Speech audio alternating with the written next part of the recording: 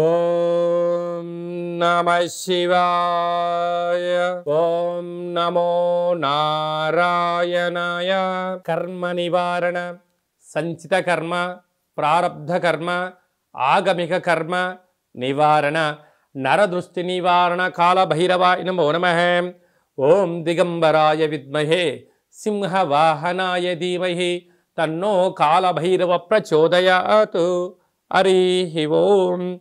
మా ఛానల్కి స్వాగతం. చూస్తున్న వీక్షకులకు, ప్రేక్షకులకు, ప్రియ కాళభైరవ భగవద్బంధులకి స్వాగతం పలుకుతూ మమ్మల్ని ఎంతగానో ఆదరిస్తూ ఉండబడినటువంటి ప్రియ సోదర సోదరీమణులకు అందరికీ, సనాతన ధర్మ సంరక్షకులకి, వీక్షకులకు, ప్రేక్షకులకు 2024వ సంవత్సరంలో శేషభాగమైనటువంటి 15 రోజులకు వీడుకోల్ పలుకుతూ 2025వ సంవత్సరానికి స్వాగతం పలుకుతూ ఈ సంవత్సరంలో జరిగినటువంటి అష్టకష్టాలకు, ఇబ్బందులకు, అనారోగ్యాలకు స్వస్తి పలుకుతూ నూతన ఆనందంతో 2025 సంవత్సరం స్వాగతం పలకాలని కోరుకుంటూ 16/12/2024 నుండి 31 డిసెంబర్ 2024 వరకు పుట్టినటువంటి వారందరికీ కూడా ముందస్తుగా జన్మదిన శుభాకాంక్షలు.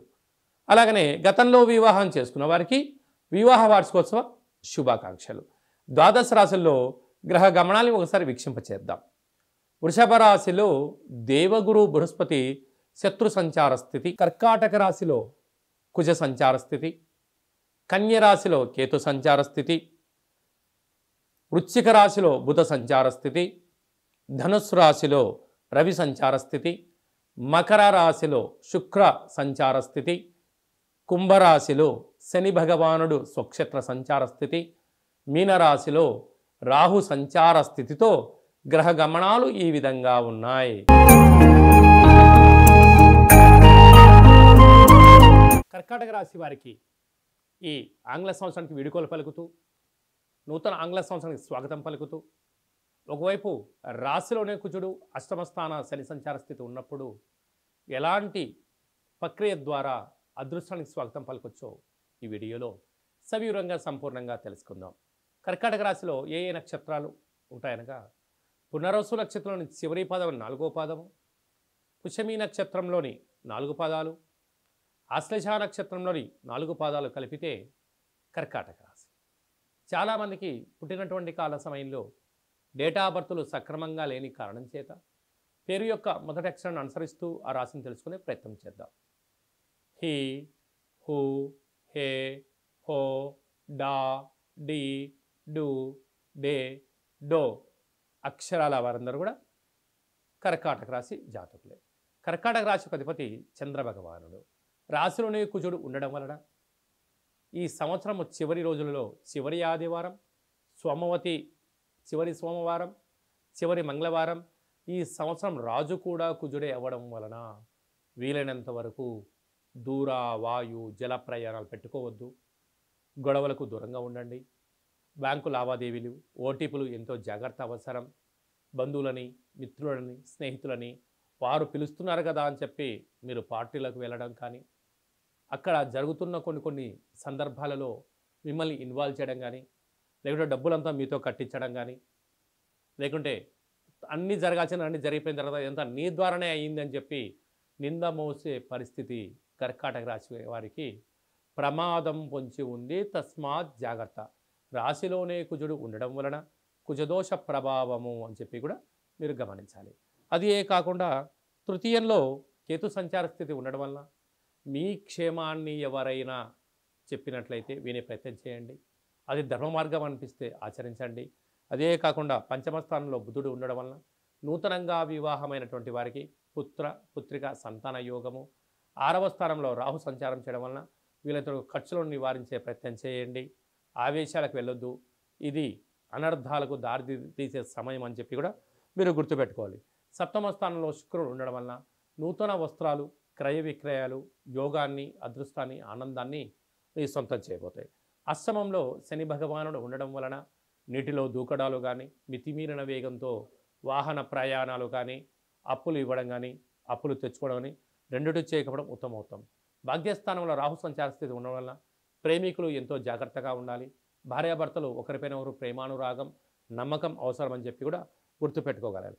ఏకాదశిలో గురువు ఉండడం వలన సత్కర్మ చైవ సత్ఫలిత, దుష్కర్మ చైవ దుష్ఫలిత అన్నట్టుగా మీరు మంచి పనులు చేయడం వలన గతంలో ఇప్పుడు మంచి ఫలితాలు వస్తాయి.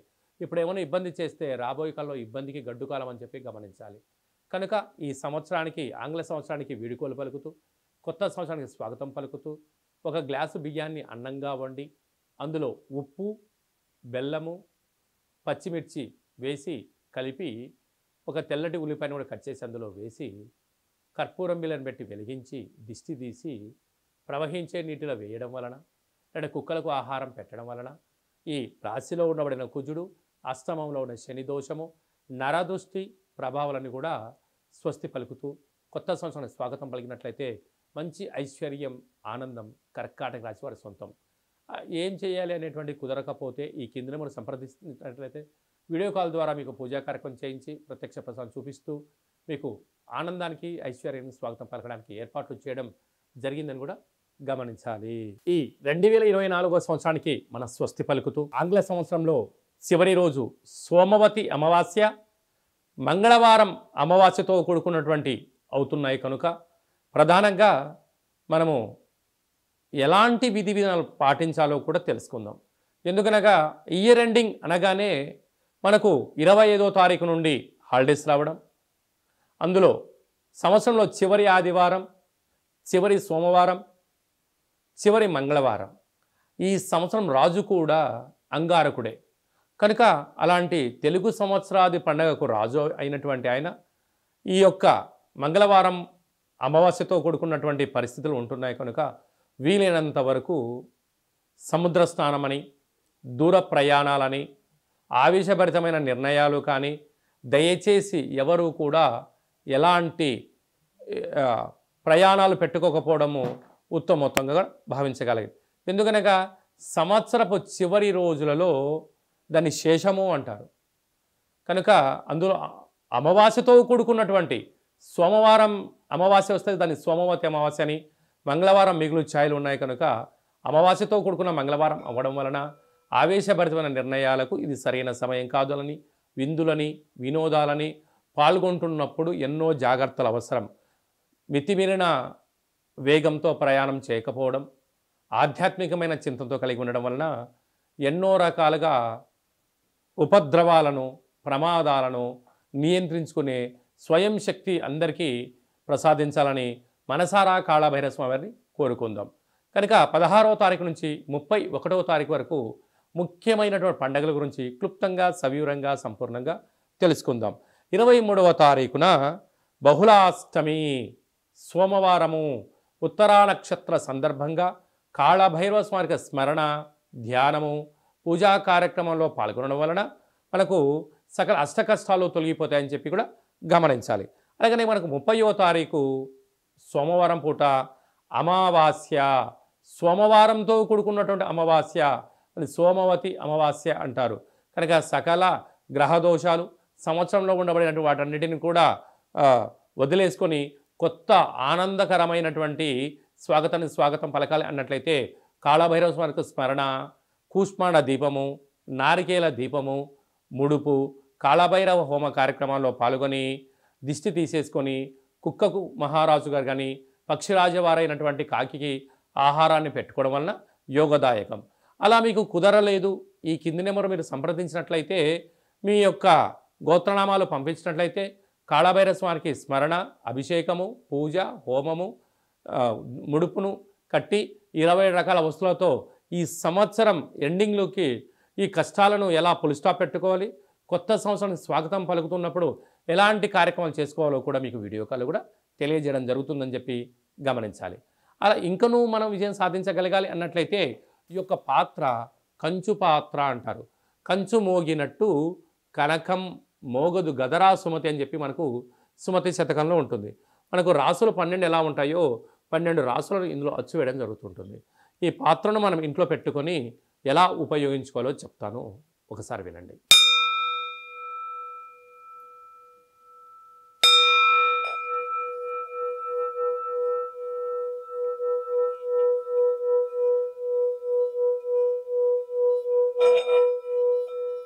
ఈ యొక్క శబ్ద దొరకడం వలన మనిషి యొక్క శరీరంలో ఉండబడినటువంటి మూలాధార, స్వధిష్టాన, మణిపూరక, విశుద్ధ, అనహత, ఆగ్నేయ చక్రాలు వికసింపచేయడం, ఇంట్లో ఉండబడినటువంటి జ్యేష్ఠాదేవి ఈ శబ్దానికి తట్టుకోలేక బయటికి వెళ్ళిపోవడం, గ్రామంలో సంచరించేటువంటి మహాలక్ష్మీదేవి గళ్ళు గళ్ళుమంటూ ఇంటికి రావడం స్వాగతం పలుకుతుంది.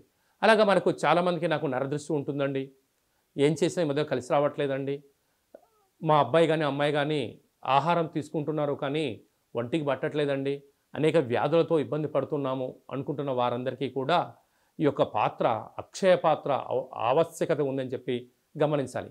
మన మనసులో ఏదైతే కోరిక ఉందో వాటిని కోరుకొని ఈ శబ్దం చేయడం వలన, ఆ లక్ష్మీ కటాక్షం వలన, శబ్ద తరంగాల వలన ఆ పని వశీకరణ కలిగి అద్భుతమైన విజయం మన సొంతం అవుతుందని చెప్పి గమనించాలి. ఈ అక్షయ పాత్రతో పాటు ఓ కాలభైరవ స్వామి యొక్క పిరమిడు, డాలరు, కంకణము, అలాగనే మీకోసం ప్రత్యేకంగా కాలభైరవ హోమము, అలాగనే విశేషమైనటువంటి 20 రకాల వస్తువులతో దిష్టి తీయించడం కూడా జరుగుతుంటుంది. ప్రత్యేకంగా మీకు వీడియో కాల్లో పూజ చూపించి చేయడం జరుగుతుంది. మీ ఎక్కడి వారైతే అక్కడి అడ్రస్ను మీరు వాట్సాప్ పంపించగలిగినట్లయితే కొరియర్ చేసి కొరియర్ స్లిప్ కూడా వాట్సాప్ పెట్టడం జరుగుతుంది. కనుక మనమందరం కూడా కష్టాలకు స్వస్తి పలుకుదాం, 24వ సంవత్సరానికి వీడుకోలు పలుకుదాం, 2025కు స్వాగతం పలుకుతూ అందరి ఇంట్లో భైరవ స్వామి యొక్క ఆశీల వలన ధనకనక వస్తు వాహనాలతో అద్భుతమైన విజయం కలగాలని కోరుకుంటూ ఆశీర్వచనం. అలాగనే మన వ్యక్తిగత జాతకం తెలుసుకోవాలనుకుంటున్నారా? మీ యొక్క పేరు, పుట్టినటువంటి తేదీ, నెల, సంవత్సరం, సమయం రాసి మీరు వాట్సాప్లో పంపించగలిగినట్లయితే 100 సంవత్సరాల జాతకాన్ని సవివరంగా సంపూర్ణంగా రాసి పంపించి, ఆ తర్వాత మీరు పుట్టినప్పుడు గ్రహ గమనాలు ఎలా ఉన్నాయి, ప్రస్తుతం ఎలా ఉంటున్నాయి, రాబోయే కాలంలో ఎలా ఉండబోతున్నాయో మీకు తెలియజేయడం జరుగుతుందని చెప్పి కూడా గమనించాలి. అలాగనే చాలామందికి పుట్టినటువంటి కాల సమయంలో డేటా ఆఫ్ బర్త్లు లేనటువంటి కారణం వలన మీ పేరు యొక్క మొదటి అక్షరాన్ని అనుసరిస్తూ ఆ రాశిని తెలియజేసే ప్రయత్నం చేస్తూ భూత, భవిష్యత్, వర్తమానాన్ని గవళ ద్వారా అనగా రమణ శాస్త్ర ద్వారా కాళభైరవ ఉపాసన చేత మీకు జాతక వివరాలను తెలియజేస్తూ ఎలాంటి పరిస్థితులలో ఎలాంటి పనులు చేసుకోవాలి, ఎలాంటి పనులలో మనం మౌనం వహించాలి, ఎప్పుడు కార్యక్రమాన్ని చేసుకోవచ్చు, ఎప్పుడు చేసుకోకూడదో ఆధ్యాత్మికమైన సలహాలు, సూచనలు మీకు తెలియజేయడం జరుగుతుంది. కనుక డేటా ఆఫ్ బర్త్ లేనటువంటి వారందరికీ కూడా గవ్వల ద్వారా జ్యోతిషం చెప్పబడుతుంది. కనుక ఆసక్తి గలవారు ఈ కింది నెంబర్ను సంప్రదించి ఆన్లైన్ ద్వారా కానీ, ఆఫ్లైన్ ద్వారా కానీ, ఫోన్ కాల్ ద్వారా కానీ మీకు జాతకాన్ని తెలుసుకొని మానవ ప్రయత్నం చేయండి. జాతకం అనగా జీవితంలో జరగబోయేటువంటి, ప్రకృతిలో జరగబోయేటువంటివి, మానవాళికి జరగబోయేటువంటి విషయాలను అమావాస్య రోజు ఏం చేయొచ్చు, ఏం చేయకూడదు, పూర్ణిమ రోజు ఏం చెయ్యాలి, ఏం చేయకూడదో తెలియజేసేదే జాతకం. కనుక అలాంటి కాల సమయంలో జాతకాన్ని తెలుసుకుందాం, గ్రహ సంచార స్థితిలో ఉండబడిన యోగాన్ని తెలుసుకుందాం. అదృష్టానికి స్వాగతం పలుకుతూ అందరూ నిండు నూరేళ్ళ ఆయుర ఆరోగ్యంగా ఉండాలని కోరుకుందాం. అలాగనే మీ అబ్బాయి, మీ అమ్మాయి కానీ వివాహ ప్రయత్నం చేస్తున్నారా? ఎందుకు వివాహం అవ్వడం లేదు? జాతకంలో ఎలాంటి దోషాలు ఉన్నాయి, జాతకంలో ఎలాంటి యోగాలు ఉన్నాయి, ఏ అమ్మాయితో కానీ ఏ అబ్బాయితో కానీ వివాహం చేస్తే వారి యోగం అవుతుందో కూడా తెలియజేయడం జరుగుతుంది. అలాగనే వివాహమైన భార్యాభర్తలు తరచుగా గొడవ పడుతున్నారా? ఎందుకు గొడవ పడుతున్నారు అంటే ఇక్కడ పేర్లు కలవడం లేదా, జాతకాలు కలవడం లేదా, వ్యవస్థలో వీరి యొక్క భావాలు భిన్నంగా ఉన్నాయా అని తెలుసుకొని పేర్లో స్వల్పమైన మార్పులు చేయడం వలన ఇలా పోలీస్ స్టేషన్లని, కోర్టు సమస్యలని ఇలా ఇబ్బంది కాకుండా, విడిపోకుండా ఆ భార్యాభర్తలు అన్యోన్యంగా ఉండడం కోసం ఆధ్యాత్మికమైన సలహాలు, సూచనలు ఇవ్వడం జరుగుతుంది. కనుక అందరికీ శుభం, జయం, లాభం జరగాలని కోరుకుంటూ ఈ ఆంగ్ల సంవత్సరానికి వీడుకోలు పలుకుతూ కొత్త సంవత్సరానికి స్వాగతం పలుకుతూ ఆశీర్వచనం. ఓం రాజాదిరాజాయ ప్రసహ్య సాహినే నమో వయం వై శ్రవణాయ కుర్మహే సమే కామాన్ కామకామాయ మహ్యం కామేశ్వరో వై శ్రవణో యదదాతు కుబేరాయ వై శ్రవణాయ మహారాజాయ నమః. హరి ఓం. నిత్యం శాంతిరస్తు, వృద్ధిరస్తు, తుష్టిరస్తు, అవిఘ్నమస్తు, ఆయుష్యమస్తు, ఆరోగ్యమస్తు, మాఘుం రక్షంతు, సహకుటుంబానం రక్షంతు అని అందరు మనసులో అనుకోండి. శతమానం భవతి శతాయు పురుష సతేంద్రియ ఆయుష్యేవేంద్రియే ప్రతిష్టతి. నూతన ఆంగ్ల సంవత్సర ప్రారంభకాల సమయే సర్వత్రా జయోస్తు విజయోస్తు. ఈ వీడియో మీకు నచ్చినట్టయితే లైక్ చేయండి, షేర్ చేయండి. నేను చేస్తున్న ఆధ్యాత్మికమైనటువంటి వీడియోలు అందరికన్నా ముందు మీరు చూడాలి అనుకుంటున్నట్టయితే మన ఛానల్ని సబ్స్క్రైబ్ చేసుకోండి. పైన అందరికన్నా విషయ పరిజ్ఞానం తెలుసుకోవాలనుకున్న వారికి ఆలన బటన్ దాన్ని ప్రెస్ చేసి గంట సింబల్ కూడా ప్రెస్ చేయండి.